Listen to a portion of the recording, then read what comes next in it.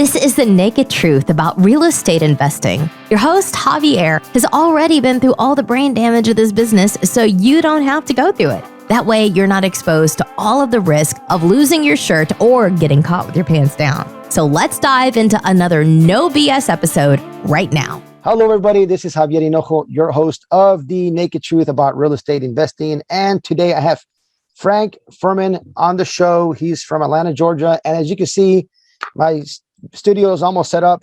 I'm still using my headset, but it's almost done. I'm like 90% done, and that'll be pretty cool. But Frank is in Atlanta, ex-military infantry officer. So he slept very warm. He had the nice, five-star hotels, had the best meals out in the infantry, because that's all they do. They get the best part of housing. Don't let the secret get out. Yeah, I know, right? Yeah. So really quick. So I was in the military, and I was military intelligence in the Army. And every once in a while, we had some infantry guys kind of guarding us, like they were like our patrol or kind of they were attached to us. 5, 6 guys. Man, they would love it because we actually had trucks. They just jump on anywhere. They didn't have to walk anywhere. Anyways, so that was pretty cool for them. They definitely like that. But he's a real estate investor. He's got a website, a company called Padsplit, which is pretty neat. I think the rent per room. I want to really get into that. But Frank, why don't you go ahead and let everybody know, introduce yourself, say hello. Yeah, no, thanks so much for having me. Really appreciate the opportunity to come on and talk to your audience and certainly talk a little bit about Padsplit as well, which is certainly my day job. So I'm, grew up around Philadelphia, went to the Naval Academy, and then, as I say, was commissioned in the Marine Corps and spent about 7 years as an infantry officer. Did a couple tours in Afghanistan, and kind of along that way, I met my wife. I've been married almost 11 years now, and through my wife, met my eventual brother-in-law, Atticus, who's our CEO and my business partner, my co-founder here at Padsplit. So, got out of the Marine Corps in 2014, and I was a management consultant with a big firm, McKinsey in London, and then came to Atlanta. And it was kind of I left consulting for a corporate job at Georgia Pacific, and it was kind of looking around. I was a little bit bored. I didn't feel 100% challenged. And Atticus, my brother-in-law, he's always been a real estate investor. He's been in real estate really since he, for the last 20 years or so. Built up a successful string of investment businesses, hard money lending, general construction, that kind of thing. But he was sort of in the same boat. He'd hand off a lot of the day-to-day of his businesses to other folks. And, we'd kind of meet up for lunch and be like, hey, I'm bored. What are you doing? Like, I'm bored too. I'm went from working 60 hours a week to working, a good amount less. And, what are we going to do with our lives? And, he's like, I've had this idea kicking around the back of my head, this rooming house model, right? I've been doing it for years and years. It's always been a side hustle on a small part of my portfolio, but, it's always been more profitable. It's always provided an opportunity in the market for people who don't have a lot of options. So it's very sticky, this kind of workforce housing. And, as we kind of got into it, you could see how certain things had changed about the market over the past several years. He started doing it in 2009, the first one. And, around technology, around, the regulatory space, and certainly just the market, and that housing has gotten more and more expensive since 2009, obviously, a pretty straight shot. So rents increase accordingly. Obviously, technology has really changed. In 2009, you had what was really a cash business. Money orders, very kind of low tech, especially on the low income side. But since then, everyone has a cell phone. Everyone can pay electronically. There's prepaid debit. There's all sorts of, fintech solutions out there.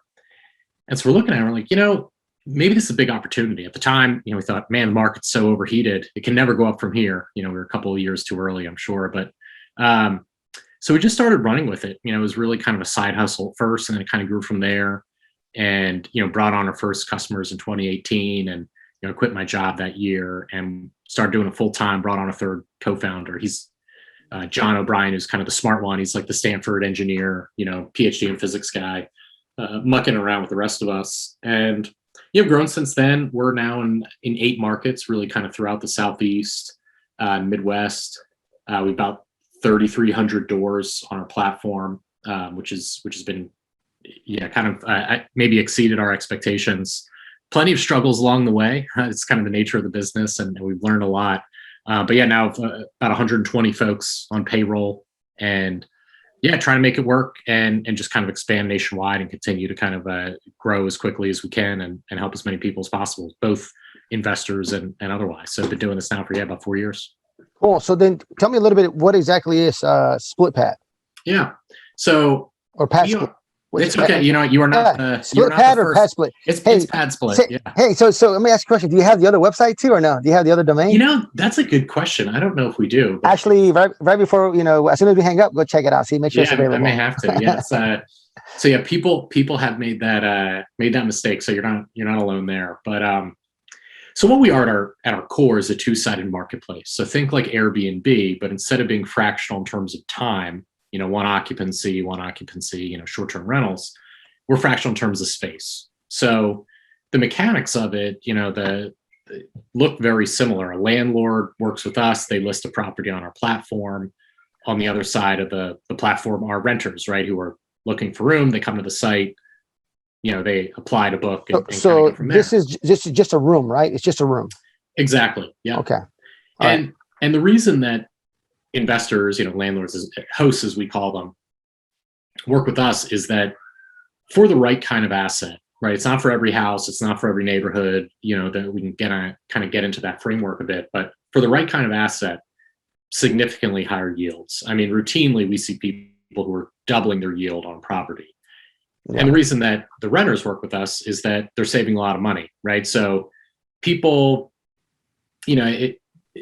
a lot of times people look at this, from the outside and they say, that's interesting. Maybe I should talk to, my kids, kids share, the millennials, they'll understand. Like, no. Talk to your grandmother. This is how people used to live. If you worked in a factory in the 60s, or you're a young woman who was typing in New York City, you're getting your start, not earning a ton of money, your own place. That wasn't a thing. You lived in a boarding house, you lived in a rooming house, you rented a room. And over time, that just both from kind of zoning regulations and culture, that kind of got taken out of our kind of public consciousness and our kind of culture. And so, people look at it and say, I guess it's kind of like student housing. Yeah, it is. It's very similar to student housing. It's just it's not for students, and it's almost a reversion back to the way things not only used to be, but also still are in really all major cities. So, one thing that we find really interesting is we'll talk to folks, say, I get it. That's interesting. Maybe my grandmother lived in one when she was getting her start, or I was in student housing. Say, okay, but, when you go to a restaurant in Philadelphia, where do you think the back of house staff live? You think they're all getting their own studio apartment? Like, that's not how it works. They're sharing space. Everyone shares space. I have 6 people live in my house. It's not because I'm a sociopath. It's because I've got a big family. Unfortunately, I'm the only person who pays rent. But that's the nature of it. But so it's something that everyone does to save money, and the fact that it's more or less closed off to singles unless they can afford a studio apartment is kind of what kind of brought me to this business from the beginning. People talk about the affordable housing crisis, talk to people all over the country about it. It's real and it's everywhere, but it's almost an artificial constraint in that we've made this judgment to say, well, for example, in Atlanta, if you want to build a new apartment, you need 760 square feet and a parking spot. Well, concrete costs what it costs, copper costs what it costs. A parking spot in the city is going to cost you $40,000 if you're a developer, $50,000 maybe. So there are no cheap apartments that are being built, because how could you? The cost is there whether you charge a lot or a little. So you have to make them nice. But most people don't need 760 square feet. Most people, what they really want is a bed. They want access to a kitchen. They want access to a bathroom.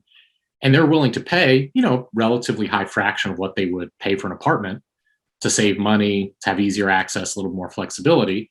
And because of that, for, again, the right kind of asset, investors can earn an outsized return. There's a very highly in-demand product for the renters. And it also solves some issues for communities. I mean, what you see in a lot of metro areas is, people, they drive till they qualify, right? They can't afford to live in the city. They work in the city, so they go further and further out until they can afford the rent.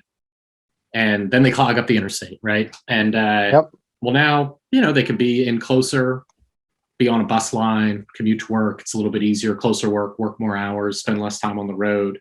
And, there's a lot of advantages. You don't need as much new construction. You don't need as much infill because you're essentially repurposing the housing stock that we already have, right? So, over the last 30 years, housing stock has increased in size, right? The average size of a house has gone from about 1,600 square feet to about 2,500 square feet, but the size of families has decreased, right? It's gone from, 4 people down to about 2.5.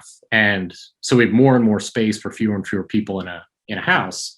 And this is a way of kind of repurposing that space and using what we already have. Cool. So yeah, that's pretty cool. The way you said it, it's kind of like student housing, but really that's the way people used to live, 60 years ago, right?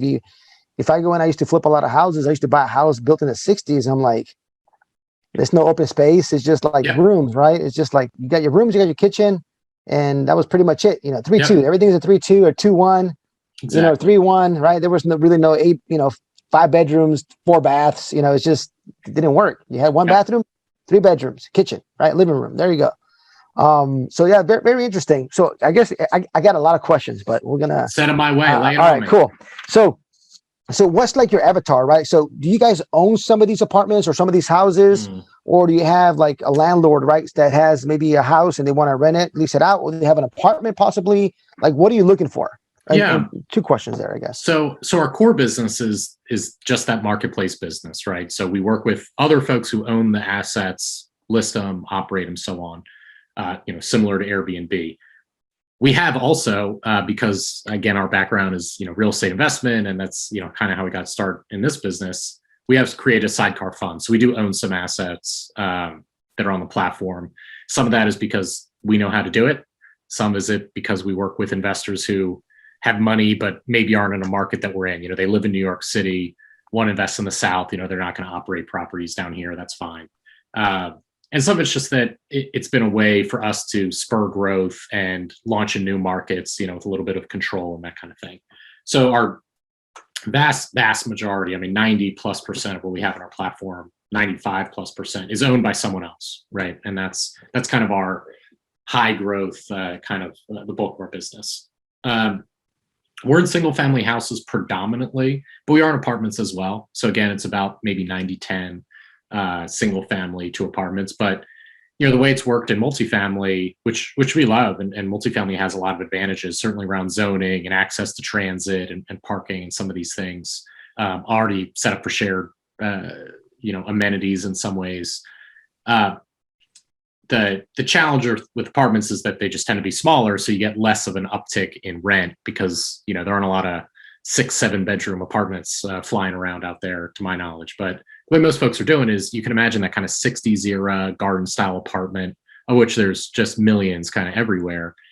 And, you get a mix of units, right? You get 1s, 2s, and 3s. And generally those 3 bedrooms that maybe are 5 or 10% of your stock, they tend to lease up a little bit slower. You don't get paid a whole lot more for a 3-bedroom apartment versus say a 2 or a 1. So, you still have all the liability of the turns cost more and all that stuff. And so what folks have done is say, hey, I'm going to take this 3, maybe I'll turn to a 4-bedroom. I'll repurpose a living room and get a pretty significant yield bump on the apartment side of on-site maintenance. It's all sort of straightforward to do that and kind of take it from there. And obviously, since apartment complexes are valued on revenue, right, on a cap rate, priced on that way, that it doesn't take a huge bump in NOI to have a meaningful benefit, if you're looking to sell. Super cool. So, like, what is your, I guess, like a good asset? Like, what would it be like? Hey, I got a 5-bedroom house, close to public transportation. There's got to be a specific area, like an A-class area or working class area, what do you guys see? What do you guys see? Yeah, we see a little bit of everything. We're in many ways quite agnostic in that, we work with investors who are retail, they're doing their first property. It's kind of a side hustle to big institutional funds and kind of everyone in between. So agnostic there. And as far as areas, you want to list one today in this neighborhood or that neighborhood, that's fine. It's just as if you want to list an Airbnb. Now, realistically, most people are new to this model. They want to learn a lot. We have a very involved sales and implementation staff. And the reason for that is that you can do it wrong. Boy, do we know that.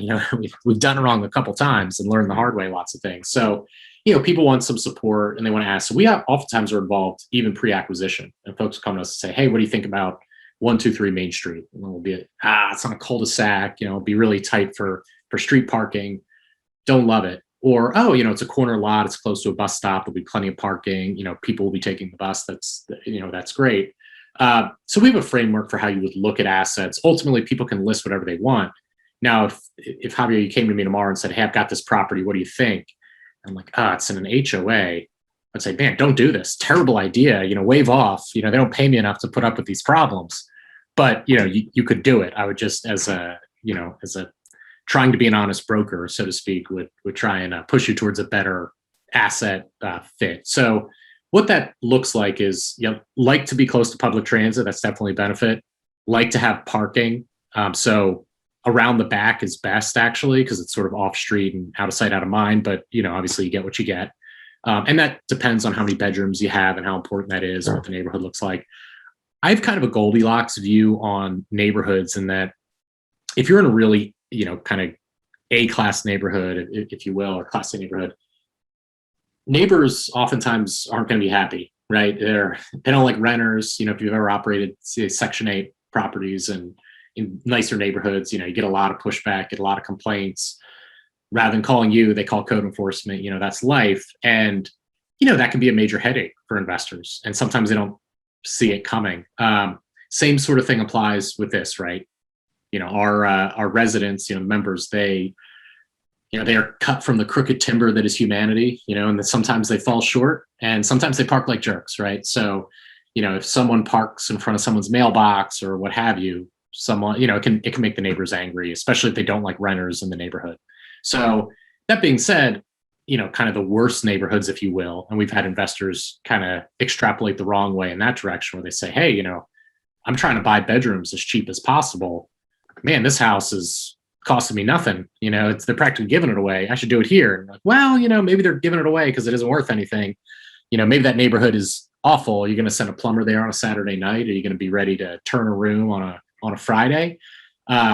So you kind of want that middle ground. I like neighborhoods that have a mix of owner-occupied properties, which lends stability, but with renters too, so that people kind of get that there's, you're going to have a little bit more transience and maybe tolerance of that in a neighborhood. We just tend to end up, I say, in more working class neighborhoods because of that, tend to be closer to public transit. Not always. Sometimes we have properties that do great that are in exurbs, and, we have some in, Jackson County, Georgia.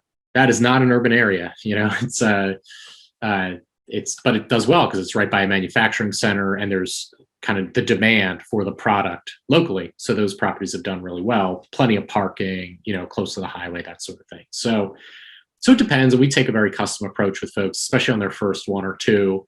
They get the feel for it, but it's not rocket science. And we have folks who've done 200 of these, and you do a couple, you learn pretty quick. Sure. That's awesome. So my next session would be, what do you guys, your service, right? You just connect the end user, right, to the inventory, right? And then the owner is still in charge of all the maintenance requests and all that. They don't come to you guys, right? They go to the owner for that, or the property manager. Exactly. Yeah. Okay. And most folks do use a professional property manager. We've kind of a referral network that we can kind of suggest someone in an area if you need a property manager, or, a lender or insurance company or whatever. But yeah, it's the owner of the property is responsible for the property. Yeah, so I'm looking at some of your. I'm looking at Petersburg, Virginia. Yep. Right. That's one of Richmond. Richmond, right? So you're one of the markets, right? So some rooms are like 140, 150, 160 plus per night. So if somebody has per week. Per week, right? Yep. So that's $500, right? Say that's $500 a month per bedroom. Somebody has 5 bedrooms, right? That's $2,500. I mean, even for an ex-soldier, you kind of got that really quickly. Pretty close, right? Pretty close. I tell people I have a lot of brain damage, but still my math. My teacher said I should learn math because I never have a calculator in my pocket, and she lied to me. She lied to me about a lot of stuff. But anyways, That's pretty neat because that's $2,500, right? So you got a Yep. 5-bedroom house that you possibly buy for, $400K, right? I mean, your mortgage payment on that is going to be like, $1,700, $1,500, whatever it is, Yep. after your down payment. So your cash on cash is really nice. I could definitely see 20 is cash on cash. I mean, I don't know, but just in my mind. It's right. I mean, that's exactly right. And it's not rocket science, right? It's, again, it doesn't work for every property. Smaller properties, it compresses your margins. There's a ceiling. We've had people, truth be told, people ask, what's the ideal number of bedrooms? And I always give a weasel answer, which is, it depends. One, you kind of get the housing stock that you get, and that's that. The other thing is, depends on the neighborhood. We have a 14-bedroom house in West Atlanta. And, you think about that, you're like, oh my God, that's insane. But it's formerly student housing. It's really a duplex. It's kind of 7 and 7, 7 up, 7 down, 2 kitchens, but, one front door. But there's student housing on the left, there's student housing on the right. You can walk to the train station. It's always been 14 bedrooms. So that property generates, well over 10 grand a month. And, you look at it and you're like, well, look at, is that thing 20% unlevered return on cost? You better believe it. And so, there you can do 14 bedrooms. Other places, you have to be much more reserved. And so it's a little bit of a sliding scale depending on the area. For example, we recently had a customer, not to air dirty laundry, but set up this property. It's 11 bedrooms, big house. And it's in a really nice neighborhood. Kind of a sort of very new build, kind of early 2000s, kind of a, McMansion type of neighborhood, but solid kind of suburban neighborhood. But it's also in an HOA. And sure enough, they opened it up. It filled up really nicely. We got people in there. It was 10 of 11 within, 2 weeks. And it comes on and, they get a code enforcement complaint. They reach out to our team and your customer support team. And it eventually gets to me. And I'm like, I got to talk to this guy. I'm like, what were you thinking, man? You think in an HOA where, there's 11 cars. Yeah. It's like, did you think no one was going to complain? And they're like, well, there's nothing in the HOA that says you can't do this specifically. I'm like, have you ever been to an HOA meeting? You think that they care? These things are adjudicated, at Jerry's house on Tuesdays. You're going to get, they're going to find the owner, and so you can do it poorly, which is part of why we oftentimes are trying to be helpful on the front end to kind of keep people from making those types of mistakes and so on. Super cool. Well, my next question is, I've never done any student housing. So, I'm sure some listeners out there will be like, hey, so what if you have a rowdy neighbor, a rowdy, just, how do you get somebody out? Somebody's dirty. You got lover boy. Make it work. Yeah. You got lover boy next door, every night. What do you do about that? So, mostly we try and keep it to a dull roar of craziness. I think that's kind of the bottom line. Yeah. But there's co-living is a challenge because people are challenged. That's not a surprise to anybody. We have some advantages and disadvantages to student living or student housing. Some of them are the same, some of them are different.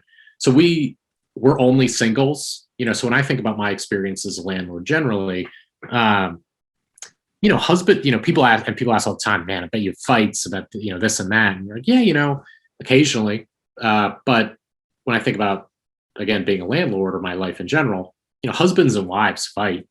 Boyfriends, girlfriends, they fight. Brothers, roughhouse, close friends, roughhouse, whatever.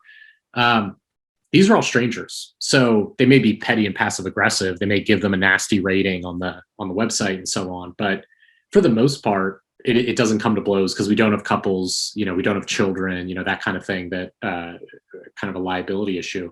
So it ends up being not as much of a disaster as you might think, but doesn't mean it doesn't happen. Now, what we do is, people ask, I bet you manage all the people. Like, well, managing people, that's a tough ask. I don't even manage myself, for the most part. What we're there to do, both in terms of the technology platform and then also our kind of customer support team, is to set up structures so that people can, resolve their own problems, communicate, and, rate each other for accountability and that kind of thing. And, for the most part, the host, the landlord is, if they're being responsive to maintenance requests, that kind of thing, it's relatively straightforward. Members can kind of message between each other. If, hey, Javi, you boxed me in again with your car. Can you move it? I got to get to work, that kind of thing, to resolve some of those issues. They have sort of that forum. They can rate each other and they can transfer. That's a big part of the value proposition, is that sometimes you live with someone and it doesn't work great. And that's life. Maybe Javi ate my peanut butter. What am I going to do about it? Sometimes the resolution is, I'm going to leave, right? I don't like living here. Or, hey, there's a lot of job churn in this demographic, right? If I get paid $13 an hour on this side of town and someone offers me 15 on the other side of town, I'm probably taking it, right? And hey, they can move, be closer to work, and it's kind of easy in, easy out. So look, doesn't mean houses don't get dirty. That happens sometimes. We've kind of a playbook for how you can sort of address that. Cleaning really has to be on the residents, by and large.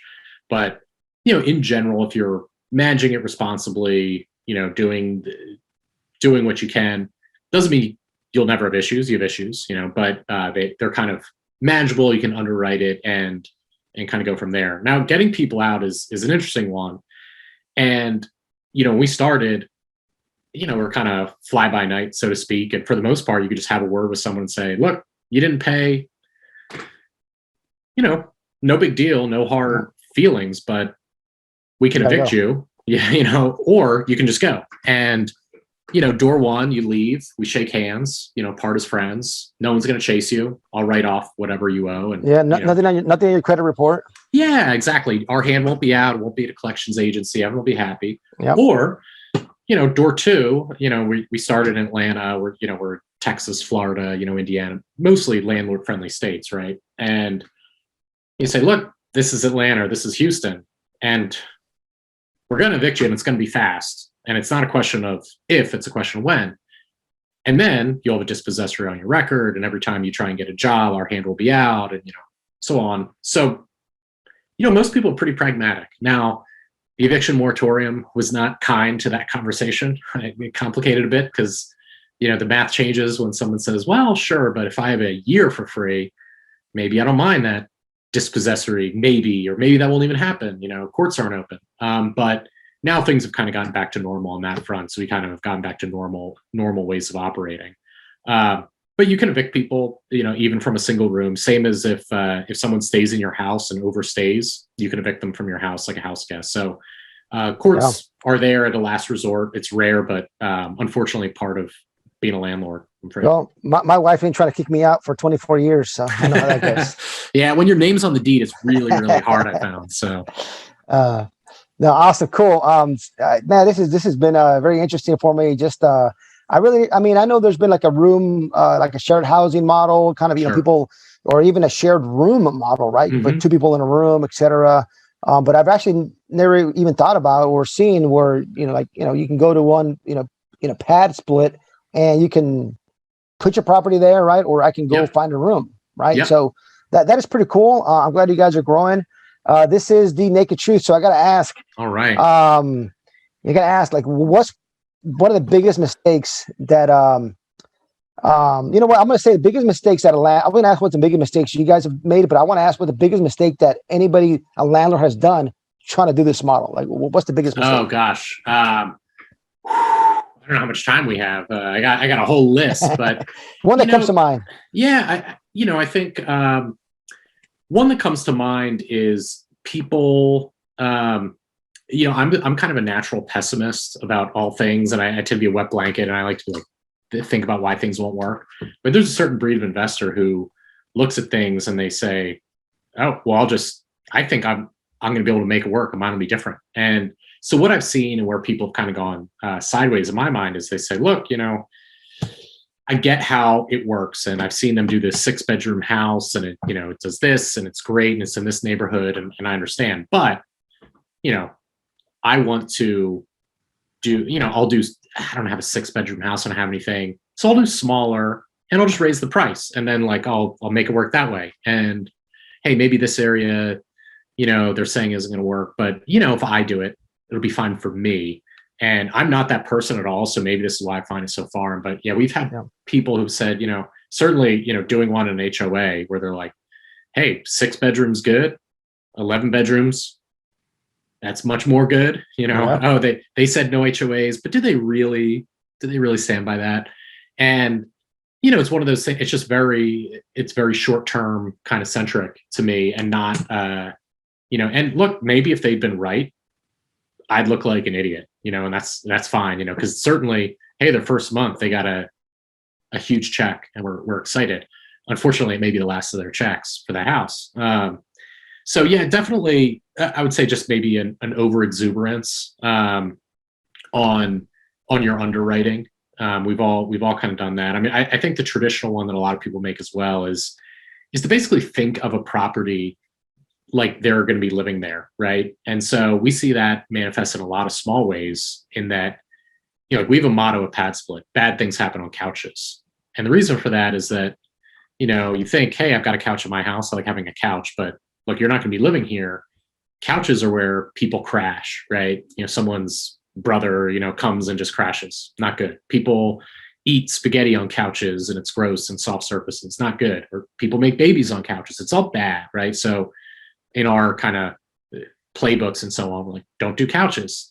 Don't do bookshelves. I like books. I like to read, but bookshelves are where people throw candy wrappers behind and they get dusty and they're hard to clean, and who's supposed to clean it? And so, all sorts of folks, whether it's how they spec the house or how they think about it, they're like, this is what I want. This is what I would do. And I'm like, well, you're not going to be there. You need to think about a renter as an operator. Hey, I like carpet too, but you shouldn't have a carpet in a rental. It's hard to clean. It gets messed up, all the stuff. You want, sheet vinyl, you can bleach that thing. I like a dining table. It's a more respectful posture than a couch. It's easy to clean. People could share a meal. Hard to make babies on one, that's fine. So it's, how do you think, really having a customer view, and also just appreciating, I think, that sometimes renters want different things than what you think. I think back, my father was a physician and worked for Villanova University, like the basketball team. And way back in the day, kind of the 80s, when it wasn't an NCAA violation, we'd have players over for dinner to our house. And we had this one guy, Anthony Pell, who's from the Bronx, really a tough neighborhood, big guys, a center, 280 pounds, just this monster kind of guy, and really nice guy, but from really one of the toughest neighborhoods. And this is kind of, 30 years ago in the Bronx, not hipster Bronx, this is like tough Bronx. And so he's at our house, and, I grew up in the suburbs outside Philadelphia, and he's like, I feel like, how do you live here? And we're like, what are you talking about? It's fine. He's like, I hear like an owl. I hear like, there's like a rabbit. There's like wild animals outside. And we're like, from like the murder capital of New York, what do you mean? Yeah. But the point is, like, you know what you know. And so, we have investors who look at a house and they say, man, like, I wouldn't want to live in this part of the city. This is tough. And I'm like, hey, look, your renters may feel differently. If you work in West Atlanta, you probably want to live in West Atlanta and you want to be on the bus stop. Whereas, look, I have 3 kids and I like that I've got a yard and all those different things. But, people, if you don't have kids, you don't want a yard. It's just an extra space to have stuff go. So, kind of having that customer focus and kind of thinking through it and accepting that, other people might have a different frame for how they look at what they want than you do. Well, one of the things that kind of hits, it brings back some memories for me is when I used to flip houses. You're not going to live in there, right? So right. Just make it like everybody else, like every other house around there, because you're not going to live there. Don't over rehab it. Don't over this. Don't over that, right? And then you're still going to sell it. So exactly, you're not going to live there. Make sure they, whoever your client is going to be, it fits their client. You're not your own client. Yeah. So super cool. Awesome. So we got pretty good stuff, Frank. I appreciate that. This has been very interesting for me. For anybody out there who's got some, go check out the website, Padsplit. See if you have some properties where Frank, they service. Some areas where they service. Yeah. Go check it out. See, maybe you guys can do some business together. What do you got for the plan for the future? What are the markets are on the horizon? Yeah. So we, by the end of 2022, call it a year ago this time, we were just in Atlanta. We opened another 7 markets this year. And, we're going to do, we're kind of looking to kind of triple or so in size this year is at least the plan. We need to actually make it happen. But we won't be in every market. by the end of 2022, but I think we'll be broadly coast to coast. So in select markets, we're willing to go into new markets. It's just a matter of kind of having a plan around it. And part of that's just we want people to be set up for success. So we're usually pulled in by investors who say, hey, I mean, Richmond's a good example. That investor called me, 2 years ago and said, hey, I'm really interested. When you come to Richmond? I'm like, well, I haven't really thought about it. It's like, what's it going to take? How much do I have to commit? Let's make it happen. And here we are, and it's done really well. So yeah, I mean, we're certainly kind of throughout the Sun Belt and Midwest. We'll be probably in a limited couple places in the Northeast. The regulatory side can be a little bit more challenging in say, New York City. Same thing for the West Coast. But yeah, I mean, so call it the next, right now we're kind of all Texas, Florida, Georgia, Virginia, Indiana, or New Orleans, and just kind of branching out from there. It's kind of Mountain West. Yeah. I don't see anything in North Carolina, man. I live in Raleigh, Durham. Good market. So, yeah, it really is. And we've looked at both, certainly Raleigh, Durham, and Charlotte, and Greensboro, Winston-Salem.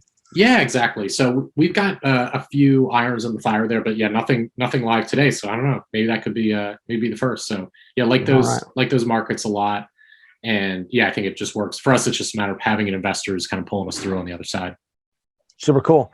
Awesome. So Frank, appreciate you doing the introduction. So we're done with the introduction. Now let's get to the part of the show. All right. Perfect. No. Actually, my shows go about 20 minutes, 25, and we've been at it for almost over 35 minutes. So so very, very, very interesting. But it does bring me to the best part of the show, which is my favorite bit, my favorite part. And what we're going to do now is I'm going to share my screen. All right. Let me know when you can see my screen. I can see it now. All right, so this is what I called the Naked Truth Roulette. Oh, no. So we're going to ask Frank 3 random questions. Got nothing to do with real estate, nothing to do with business. And hopefully it's right before Christmas. He doesn't have to sleep on the couch. He mentioned the couch a few times. Yeah, no guarantees. So, all right, so let's go. Let's start. All right. The Naked Truth Roulette, and let's roll. First question for Frank. Let's see what we got. All right, let's see what we got. First question. All right, it's going to be an easy one. All right, what is your favorite quote? My favorite quote is from Friedrich Nietzsche, and I'll butcher it, but it's that, we always talk about the courage of our convictions, but it's really the courage to challenge our convictions that counts. So it's all about, everyone's got an opinion, but it's more about the flexibility and kind of questioning yourself that matters. All right. That's a pretty deep quote there. That's good. Me, deep. That's awesome. Awesome. All right. Second question. Let's go. Let's roll here with the Naked Truth Roulette. Let's see what we got here.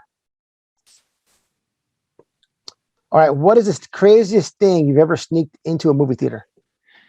Yeah, I guess beyond myself, I had a couple buddies who worked at the local Regal in Newtown Square, Pennsylvania, and we used to always kind of. I don't think I paid for a movie during high school, so I don't. I was relatively other than, of course, that sort of theft that I just mentioned. I wasn't really seeking anything too crazy. I think we would probably just bring in sandwiches and stuff for food. We weren't really have much compunction, but yeah, nothing too crazy. Just and I've had like flasks. I've had flasks of wine. Yeah, I had like a cereal box milk bowl. It's some crazy stuff.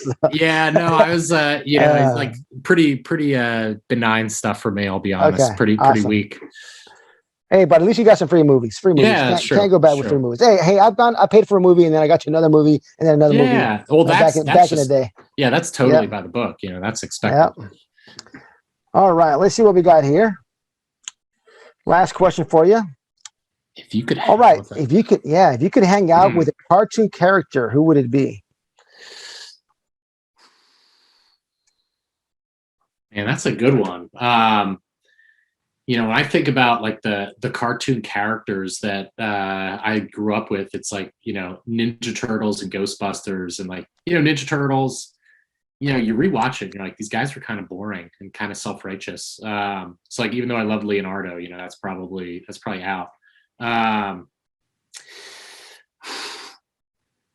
Yeah, I don't know. I guess of those, yeah, I mean, I wouldn't have said at the time, but like probably Raphael of the Ninja Turtles, because he was kind of the rebel he was the only one with any sort of depth to his character. Everyone else is pretty shallow, and so I don't know. I'm kind of out. That sounds good. That's good. That's good. That's a good choice for you. Good choice. All right, Frank. Thank you so much for being a good sport and surviving the naked truth. There is no sound effects, but there usually are some sound effects and claps and stuff and hooray. Any last words? How do we get a hold of you? There'll be, I know we have your LinkedIn page, some social media. It'll be on the show notes, but anything else you'd like to add? Yeah, certainly. Anyone can go to our website anytime and, you create an account. Someone from our much more helpful and informed, sales team will reach out. Or you can reach out to me directly. I'm just Frank at padsplit.com. I'm easy to find, so you can't I can't hide from anybody. So yeah, reach out. Happy to talk through if we're a fit for you, and go from there. But thanks so much for having me. Frank, thank you so much for being on the show. I really appreciate you being on here. I know it's the holidays. It's actually going to come out within a couple of weeks, and so happy Merry Christmas to you. Happy New Year, and guys, check out his the website padsplit.com. Go check out what they're doing. It's pretty interesting. So thank you again, Frank, for being on. I'm Javier Hinojo, your host. Don't lose your shirt. All right. It can be very time consuming. It can be very scary. It could be like trying to get somewhere without a roadmap, right? So that's why I created this due diligence list when I buy a property. When I buy an apartment building, even a mobile home park, you can use it for, mostly pretty much any commercial property. But this one specifically is for a multifamily. It could be a 6 unit. It could be a 600 unit. You can use it, for what you like. So go ahead and sign up, put your name, email. I'll send you the free link to my due diligence. This is what I've used to buy, hundreds and hundreds of units, if not, thousands of units. So sign up, you get my link. You get an Excel sheet as well. And also we use the software, project management software, Monday.com. Feel free to sign up for a free trial. I do have an affiliate link. You don't pay any extra, right? They just pay me a small fee. Don't have to use it. You have the Excel spreadsheet, but if you use Monday.com, it's actually a lot better, a lot smoother, a lot prettier, and you can do a whole bunch of other stuff. There's even a video there I created in the link. So check the link, sign up, and this is my giveaway for you guys. Thank you so much. Take care. You're invited to leave an honest written review and share this episode with a friend. Thanks for listening, and we'll see you on the next episode.